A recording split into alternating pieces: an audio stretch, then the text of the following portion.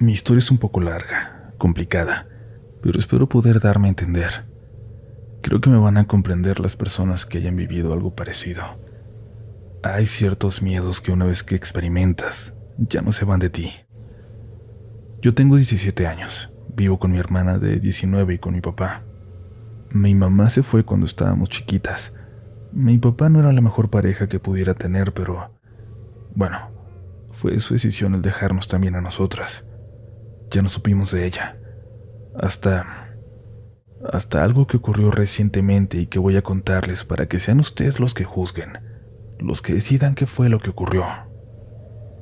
Cuando inició la pandemia, mi papá tenía que seguir saliendo por su trabajo, se arriesgaba, pero mi hermana y yo tuvimos oportunidad de quedarnos en casa. En vacaciones había tan pocas cosas que hacer que creo que lavábamos hasta en exceso las sábanas y toda la ropa de cama, solo para mantenernos ocupadas. Detrás de la casa hay un campo muy grande. La colonia no es la más segura del mundo, pero como ese campo termina en un barranco, ni siquiera tenemos barda allá atrás, tampoco los vecinos. Es imposible que alguien suba por ahí sin arriesgarse a una caída que, sin duda, es mortal. Nunca hemos sufrido un robo, nunca nadie se ha metido.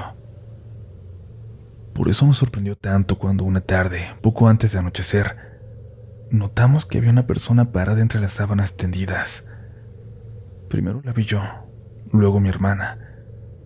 Entre el movimiento del viento la alcanzábamos a ver, pero era claro que no era solo imaginación, porque las piernas por debajo de las sábanas eran completamente visibles. De pronto la figura dio un paso atrás y desapareció. Salimos a revisar y nos asomamos incluso al barranco y no se veía nadie, aunque claro, estaba oscuro. Era como si hubiéramos visto un fantasma. Le contamos a mi papá cuando llegó unas horas después y él quiso salir a revisar, a que le contáramos dónde habíamos visto aquello. Nos preguntó cómo estaba vestida y le dijimos que no la habíamos alcanzado a ver bien. No llevaba un vestido rosa, ¿verdad? La pregunta se nos hizo extraña, pero no la pudimos responder. En realidad no la habíamos visto. Días después, cuando obsesionadas con la limpieza volvimos a lavar las sábanas, por la tarde de nuevo, el viento las sacudía y entre ellas logramos ver a una mujer. Esta vez un poco más clara. Llevaba puesto un vestido rosa. La cara no la reconocíamos, pero por un momento lo sentimos. Solo así lo puedo describir. Tanto mi hermana como yo sentimos que estábamos viendo a mi mamá. Le marcamos por teléfono a mi papá en ese momento para que fuera pronto a la casa. Le contamos lo que vimos cuando llegó. Aunque teníamos años sin saber de ella, nos preocupamos mucho, porque si la estábamos viendo ahí significaba que mi mamá estaba muerta. Acordamos dejar aquellas sábanas colgadas porque de alguna forma era lo que facilitaba que aquel espíritu, que aquella visión apareciera, y cada día nos acercábamos más. Aunque no la veíamos de cerca, nos quedábamos de espaldas a aquel lugar, para que ella pudiera acercarse poco a poco a nuestras espaldas, para que ella pudiera estar cerca de nosotras, y eso es lo que quería. Mi hermana intentaba hablarle. Un día incluso salió de madrugada. Yo la vi y fui detrás de ella. Mamá, si estás aquí, déjame verte. Déjate ver. Aquí estamos, ven. El viento movía las sábanas frente a nosotras, lentamente. No se veía nada. Pusimos mucha atención a la oscuridad.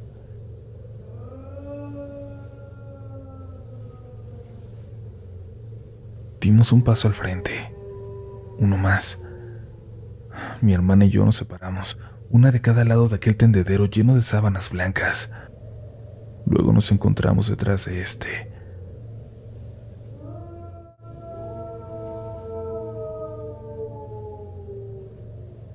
Un sonido parecía venir del barranco. Nos asomamos.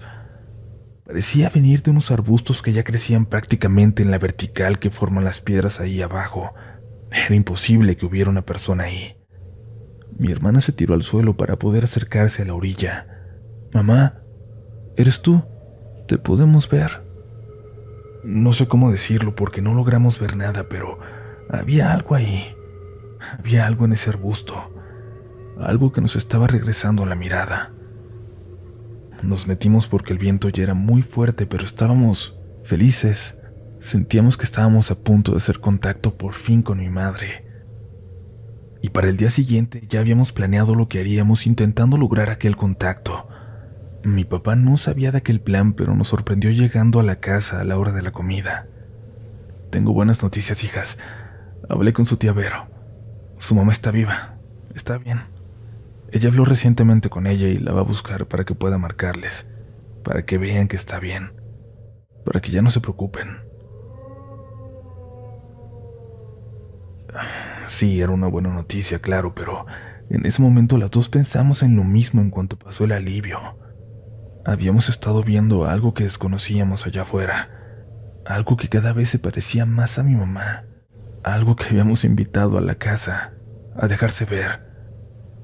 Esa noche cerramos todo, quitamos las sábanas, hicimos como si nada allá afuera existiera, como si nada se escuchara aquella madrugada y al día siguiente. No estoy orgullosa, pero al día siguiente fuimos a inventarle al padre de la iglesia del barrio 1000 excusas, 1000 acontecimientos para que fuera a bendecir la casa. A veces no es suficiente decirles que sientes algo malo ahí cerca. Contrario a lo que he escuchado en otras historias, al parecer para nosotros aquella bendición bastó, aunque se nos quedó la costumbre sí de siempre tener agua bendita, de rociarla cada noche por todo el patio, hasta el límite con aquel barranco. La comunicación con mi mamá se limitó a unas 2 o 3 llamadas por teléfono, y luego nuevamente cesó para siempre. Pero no volveremos a hablar con algo, sea lo que sea, pensando que se trata de ella. Hola comunidad, esta es la primera vez que les escribo. Desde hace años que no me atreví a compartir esta experiencia con nadie fuera de mi familia, ya que lo que pasó es una situación compleja y no es muy fácil de entender para muchas personas. En su momento se lo conté a algunos compañeros de trabajo para no sentirme tan sola. En lugar de escucharme, me hicieron sentir ridiculizada, como si fuera tonta por creer en lo que estaba pasando. Es por eso que mi familia y yo decidimos guardarnos esta experiencia para nosotros, en especial porque involucra a mi hijo. Cristian tenía aproximadamente 4 años en esa época. Él desde que nació había dormido muy bien, incluso durante las noches. Casi nunca lloraba. Otras mamás me decían que yo tenía suerte de que me hubiera tocado un bebé tan tranquilo. Un día se fue la luz en mi casa. No nos habíamos atrasado con el pago ni nada, ningún problema con la instalación. La verdad no encontrábamos razón para quedarnos sin electricidad. El vecino nos hizo el favor de conectar una extensión en su cochera para poder pasarnos luz. Cerca de las 2 de la mañana, Cristian se despertó gritando. Nunca lo había escuchado llorar así. Me levanté en cuanto me di cuenta de que era su voz. Mi primera reacción fue intentar prender la luz para llegar a él. El cuarto donde vivimos es muy oscuro incluso de día, así que en ese momento yo no lograba ver absolutamente nada. Para mí, era como si mi hijo estuviera perdido en la oscuridad. «Me quieren llevar, mami. ¿Dónde estás?», escuché que dijo. He tenido miedo muchas veces en la vida, pero de verdad que nada se compara al pánico que experimenté al escuchar el terror con el que me llamaba mi hijo. «Mamá, ven. Me quieren llevar con ellos. Ven, por favor». Yo escuchaba sus gritos, pero no podía verlo. Fui a él. Me dejé guiar por esa voz que en ese momento se volvía irreconocible por el horror. Como pude, llegué a su cama. Me acosté a su lado. Me acerqué lo más que pude a él como una forma de asegurarme que todavía estaba ahí, que nadie se lo había llevado. El resto de mi familia comenzó a llegar. Los gritos de Cristian los habían despertado. Ellos también estaban asustados. No sabían qué estaba pasando y, siendo completamente honesta, no sabía muy bien cómo explicarles porque yo misma no terminaba de entender lo que acababa de pasar, el miedo que había sentido, la oscuridad absoluta. Como la luz no había vuelto, uno de mis tíos llevó veladoras para poder alumbrar la habitación. Por la mañana nos dimos cuenta de que habían desconectado la extensión. Me dijeron que cuando escucharon los gritos de Cristian, cuando iban subiendo las escaleras, escucharon también un golpe en el techo justo encima de nuestra recámara. Por la ventana pudieron ver que algo salía volando en dirección al cerro y escucharon un aleteo fuerte, como de un ave la cual tenía que ser muy grande. Cuando salió volando, los perros de toda la cuadra se pusieron a ladrar. Mi mamá y mi abuela comenzaron a rezar. Estábamos intentando tranquilizar a Cristian, que no dejaba de llorar, hasta que mi hermano nos pidió a todos que nos calláramos, que guardáramos silencio porque había escuchado algo así como un alarido y quería ver si podía reconocer qué era, pero simplemente no ocurrió. No pudimos identificar de dónde venía. Pensé que mi hijo iba a estar mejor el día siguiente. Intenté hablar con él para entenderlo y para buscar juntos una explicación de lo que había pasado. Le pregunté si estaba seguro de que no se había imaginado lo que vio. No, mamá, no los imaginé. Yo los vi. Sentí cómo me agarraban. Querían llevarme. Querían obligarme a ir con ellos. Cuando me dijo esto, empezó a desesperarse. Se puso a llorar otra vez. Parecía que estaba sintiendo todo el miedo del mundo. A mí me dolía verlo así.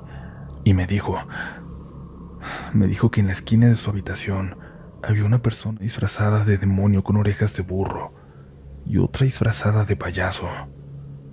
Ambos querían convencerlo de que se fuera con ellos, y como mi niño no quiso, intentaron llevárselo a la fuerza. Algo había cambiado. Él había dejado de ser el niño que era antes. Ya no se sentía cómodo en el cuarto donde dormíamos. Se escondía debajo de las cobijas para que no lo miraran. Decía que siempre lo estaban viendo. Siempre había alguien o algo observándolo. Ni él ni yo podíamos dormir ya en el cuarto. Teníamos que bajar con mis abuelos si queríamos descansar un poco. En cuanto oscurecía, él comenzaba a ponerse mal, casi convirtiéndose en otra persona. Empezaba a tener miedo. Lloraba del terror que sentía de saber que pronto íbamos a apagar la luz para irnos a dormir. Mi mamá nunca lo dejó ver películas de terror porque ella, como muchas señoras de su edad, piensa que ese tipo de contenido le hace daño a los niños porque los sugestiona para que tengan pesadillas y se imaginen cosas. Yo cada vez estaba más segura de que mi hijo no se estaba inventando esa historia. Nada de lo que nos decía era producto de su imaginación. Todo estaba pasando ahí en nuestra casa. Comenzamos a juntar las camas para que él no se sintiera solo. Mi mamá y yo dormíamos a su lado para hacerle sentir que estábamos con él, cuidándolo y que nadie se lo iba a poder llevar. Rezábamos con él todos los días. Aún así despertaba siempre gritando. Durante meses escuché llorar a mi hijo cada madrugada. Eran muy pocas las noches en las que él podía realmente descansar, aunque fueran unas horas. Y el no dormir lo estaba consumiendo. Cada vez se iba poniendo más flaquito y ojeroso, como si estuviera envejeciendo muchos años de golpe. Para este punto ya todos nos sentíamos igual de angustiados que él. Mi abuela, que es una mujer muy católica, decidió llevarlo con el padre de su pueblo en Guanajuato. Siempre se había dicho que él tenía una sensibilidad o un don, o como quieran llamarlo, que le permitía ver cosas para las cuales los demás éramos ciegos. Me contaron que el padre les dijo que Cristian estaba siendo atormentado por seres demoníacos, como él los llamó. De hecho, le dijo a mi abuela lo que podía ver, y su descripción coincidía con la que hace meses nos había dado mi hijo. Así de ridícula como sonaba, como una fantasía. Eso fue lo que dijo el padre que vio. Cuando estuvieron en el pueblo, el niño pudo dormir bien como antes. No sentía miedo ni despertaba llorando. Yo no había podido acompañarles porque tenía que quedarme trabajando y cuidando de mis papás. Mientras ellos estaban en el pueblo, mi tío José Luis estaba construyendo otro baño en la casa. Un día nos dijo que sentía una presencia muy pesada y que siempre estaba observándolo. Fue tan difícil para él estar cerca de esta presencia que decidió simplemente ya no ir y dejar la construcción a medias. Mi abuela cuenta que el padre le dijo que tenía que ir al altar de Santa Elenita y ahí pedir por mi hijo más que por nada, rezar como nunca había rezado. Quizás no me crean, o quizás alguno de ustedes incluso se burle de mí por creer en esto, pero desde que mi abuela le hizo la petición a Santa Elenita, las cosas en la casa cambiaron. Todos dejamos de sentir esa pesadez, esa presencia que sin lugar a dudas estaba ya consumiéndonos. La noche en que regresaron del pueblo, mi niño nos dijo que él podía volver a dormir solo de nuevo. Nunca volvió a ver ni a sentir a esos seres que querían llevárselo.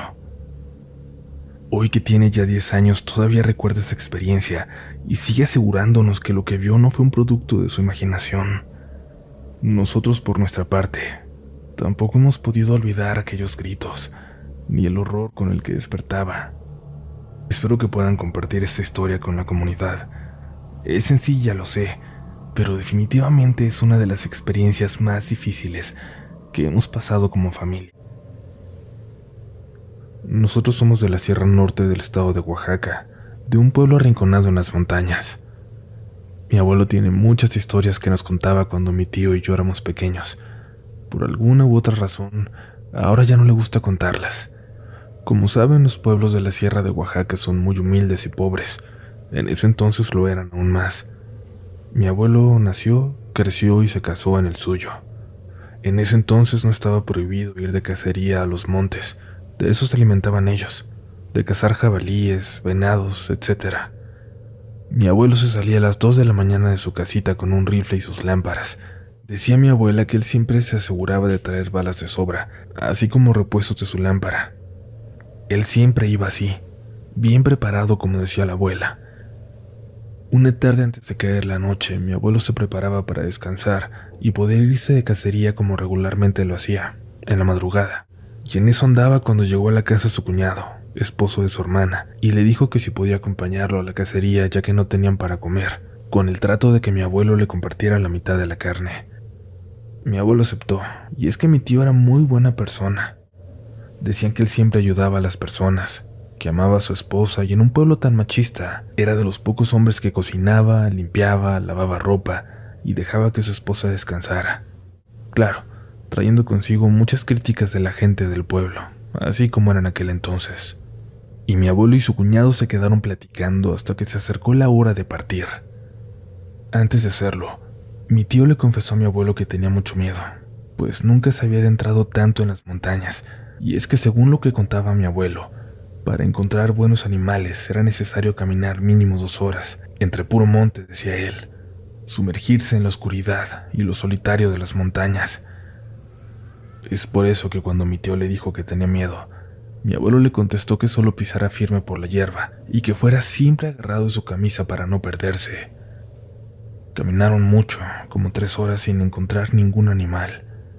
Mi abuelo estaba acostumbrado a esto, así que le propuso a su cuñado sentarse debajo de un árbol y esperar ahí a que algún animal apareciera.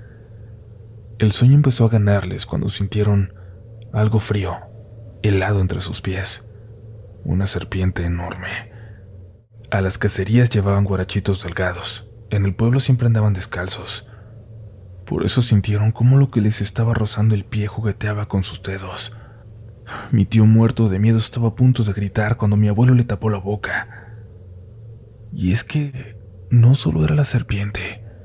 Había algo, alguien que se balanceaba entre los árboles como los chimpancés. No supieron qué pensar. Podía ser algo normal, pues estaban entre grandes montañas. Hay muchos animales por ahí. Cuando dejaron de sentir aquella cosa entre sus pies, mi abuelo encendió la lámpara para ver de qué se trataba.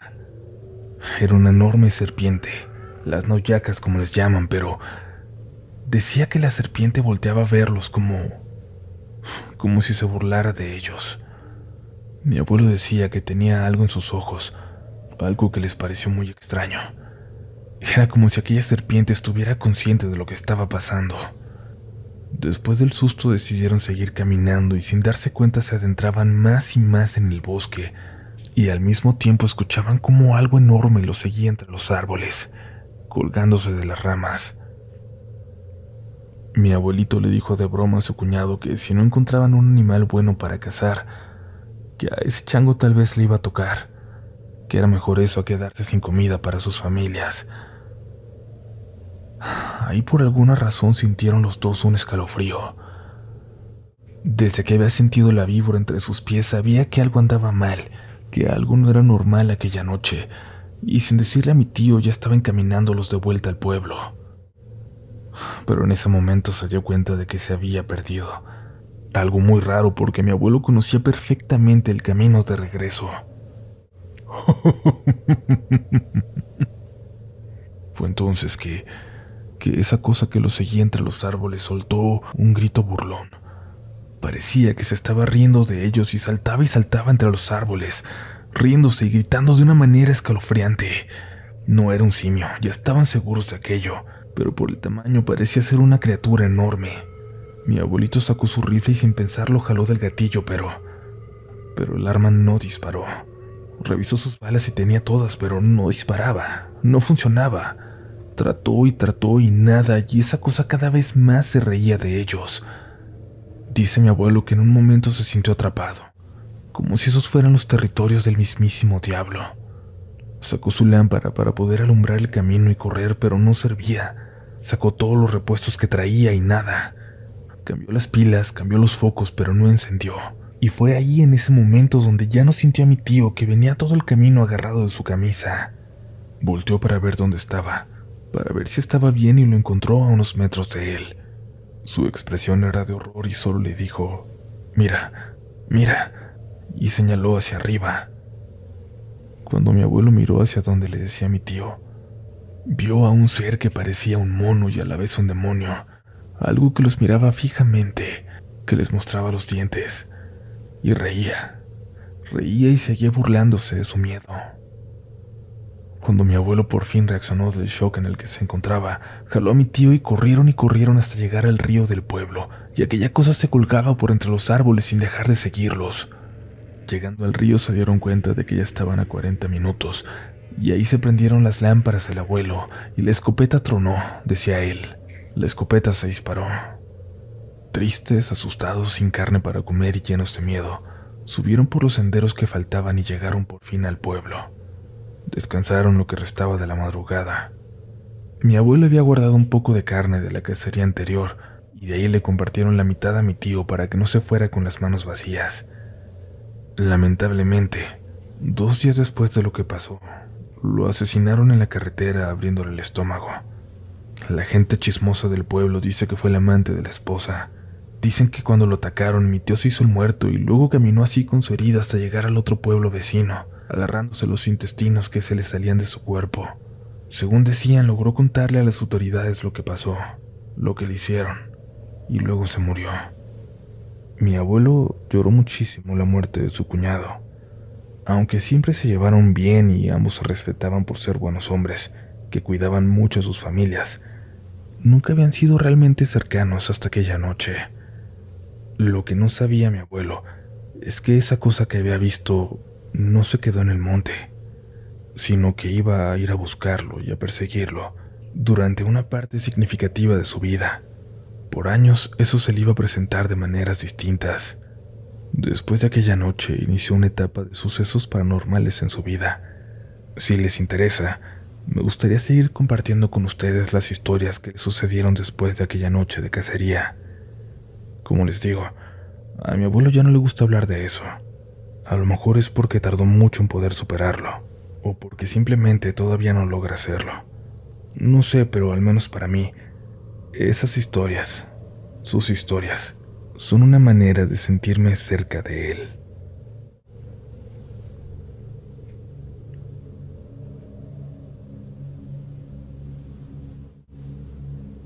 Hace 3 años mi esposo y yo viajábamos de noche en nuestro coche hacia otra ciudad. Yo iba de copiloto, cansada pero aún no tenía sueño. Sucedió algo que llamó poderosamente mi atención. De pronto, vi a un hombre parado en la orilla de la carretera. Llevaba una chaqueta oscura con una franja reflectante y tenía un casco en la cabeza. Estaba haciendo señas como para que le diéramos un aventón. Lo miré fijamente cuando pasamos a su lado, muy de cerca, pero por la velocidad a la que íbamos no alcancé a verle el rostro. Unos metros más adelante, de nueva cuenta, ahí estaba otra vez, parado, haciendo el mismo gesto pidiéndonos aventón. Lo miré por unos segundos, aunque al principio no podía creerlo. Sin lugar a dudas era el mismo hombre, era la misma persona. Le pregunté a mi esposo si había visto lo mismo que yo. ¿Viste a ese hombre? Creo que es el mismo que acabábamos de pasar. Mi esposo, muy serio, sin quitar la vista de la carretera y las manos bien apretadas al volante, me dijo: «Amor, es la 4ª vez que lo veo en este rato».